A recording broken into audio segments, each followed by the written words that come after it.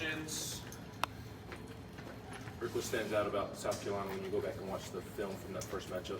Well, one, how well they're coached. A team that doesn't commit a lot of mistakes, a team that knows exactly what they're looking for, a team that can very quickly exploit the matchups that they want to get if you do a lot of switching, and they get you in a position where they can get the switch they want. They took great advantage of it here in a lot of different ways, and but just extremely fundamental.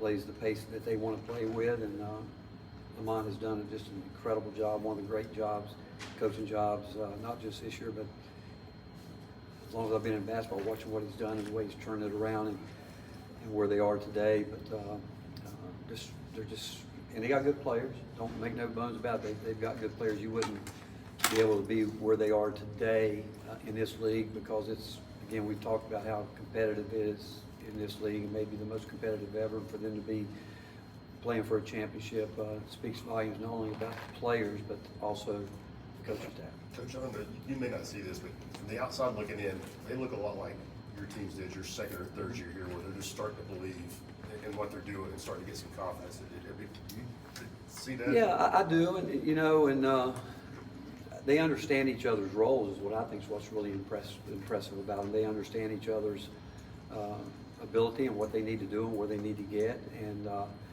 some older guys have been around, but again, they've done just a great job of doing that, believing in the system for one, and then believing in themselves. And now they've got a lot of belief because of, again, having just an incredible year and a great year, and it's impressive with where they were picked and where they finish up. It just shows you that they didn't buy into any of that. It was all about them and what they were trying to get done. And again, they're in the last week of the regular season fighting for a championship.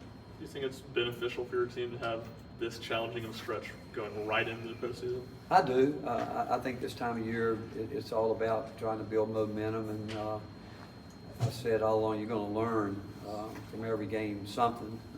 You hope to win games and learn that way. But with the regular season and the conference tournament ahead, there's a lot that can still be learned. Or we all need to continue to get better. But yeah, I think great competition always helps you late in the year. I think your guys have been different since that South Carolina game. I don't know. We've been in a lot of hard-fought basketball games, and our league is, again, I know everyone talks about how good their leagues are, and it's true. I mean, conference play is tough in any league. I don't care what numbers and all this say. I mean, you go on the road or you play at home, and every league is tough and demanding. But our team is, I think we've tried to get better. As you guys have been with us from the beginning, and we've talked about consistency, we've talked about rebounding, ball screen down, a lot of different things. And the key is that I think that we've still tried to improve as the season goes on. And I would tell you, we're going to court today with that in mind, knowing that we've got to be a mindset that we can really try to get our game plan in, and know we're going to have to execute it, but also the things that we know we've got to get better with, we've got to try to get better. What are the intangible things that guys like Santi and Joe brought to the game the other day at Alabama? Well, they know our system so well, and to be quite frank, they know me better than anybody. I mean, we've been together a lot, and I'm going to miss so much of those guys.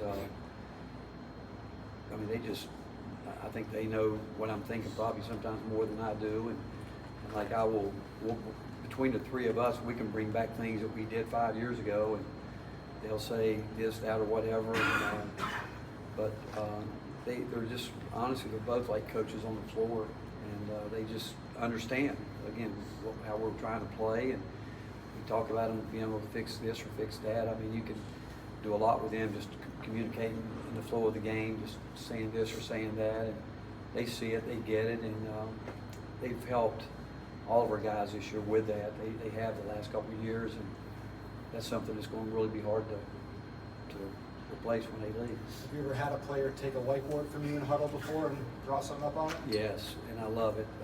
You know, and again, what I love about that, you know, Santi, you know, I looked at him and said, "What are you thinking?"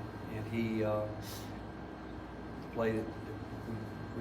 We ended up going. He wanted to make sure that Tobey knew exactly where he had to be, because I could. When we called the play, we looked at Tobey, and we could tell he was like not quite as sure as we wanted to be, and Santi just took it and said, you've got to do this right here, which I think it's great when players do that. And I've always said when you got a team that's led by players, that's when you got a chance to be good.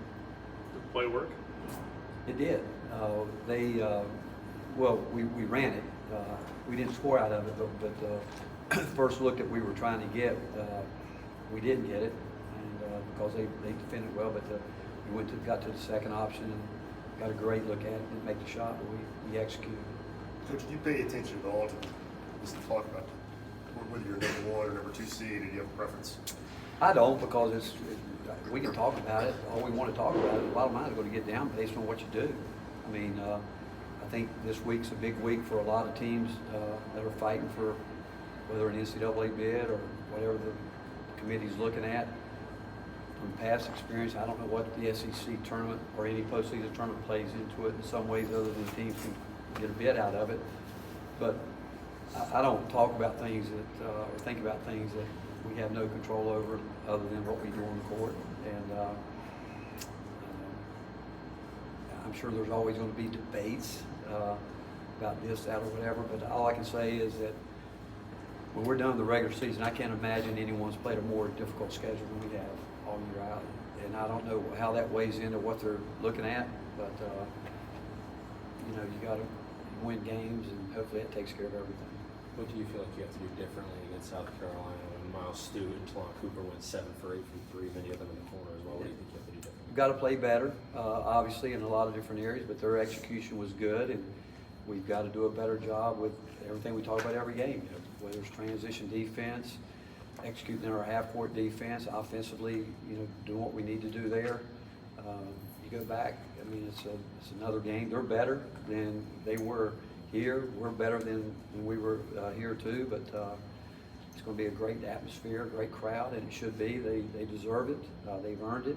But there's not one part of it. We're going to have to do everything, and again, it's going to be another 40 minutes, and we're going to have to be better, obviously. What have you seen differently from Jemai from that last South Carolina game? Obviously, he played a really good game against Maryland.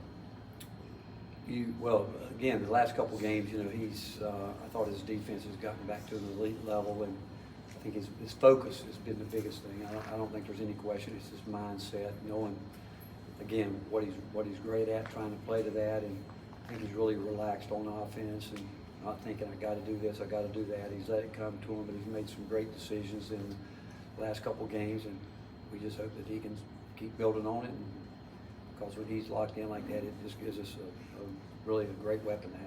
Coach, how much growth is there? I mean, I guess how, you know, Jonas sat for 15 minutes the other night and he came in the second half, played almost all of it, I think 18, and had 10 points and 7 rebounds. Just how much, can you come close to that 6 months ago, a year ago? I don't know. You know, Jonas has grown in a lot of ways, and again, his cardio and his physicality's gotten so much better. And again, here's a guy that, I mean, people physically go after him every game. I mean, there's not a game that we've played this year where people aren't trying to bounce him around, and so he's learned how to deal with that. He's continuing to learn how to make it work to his advantage. But he's grown so much from the time when he first got here, and again, I've said it many times. He's really just getting started and the kind of player he can be, but it's about him and his mindset, his attitude on embracing the physicality that's coming his way, and doing the things that he's capable. His length at the rim defensively is a factor. I've said many times he needs to make that a factor on the offensive end as well. You talk about the tough battles you guys have faced so far this season. How has this team been able to come from behind in certain games like Alabama, Missouri, Georgia earlier in the season as well? You know, I don't know if it's anything other than the fact it's a 40-minute game, and basketball is a game of runs. Whether you lead from start to finish, which doesn't happen very much, and we've had leads that we've lost, other teams fall back, and you've got to play for 40 minutes. I mean, you have to, and you hope that you can, in the end, prevail. You ask me why have we done it, my question would be, why do we get behind? Because, you know, I don't want to fall back when we do it, but when we do fall behind, it's pretty simple. It ends up being bad shots and turnovers, and which leads to easy baskets for the other team, and you let down just a little bit on the offensive end and allow guys to get spotted up and get the threes they get. But one thing I admire about our players is the fact that, again, I go back to the schedule. We've been in so many games that have been possession games, and I do think they understand, again, it is a game to run. The other team's good. They're going to make their pushes, and in the end, over 40 minutes, we hope we can come out on top. How comforting is it that you have a glass walk Josiah who is willing to slide into that 5 spot when the other 2 bigs are in foul trouble? Well, he can do it, and obviously the same thing with Jemiah, sliding to the 4 if that needs be. Again, Joe's been around. He pays attention to the scouting report, and he and Jemiah probably have as much to do with knowing that it could be anywhere on the court at any 5 spots going into a game, and so they're locked in that way. But it allows us to play a lot of different ways. We've had a lot of different lineups out there. We've had that lineup was small. We can get big somewhere in between, and so the versatility on the team is really a compliment to our players that they want to know, because it's not like we're changing.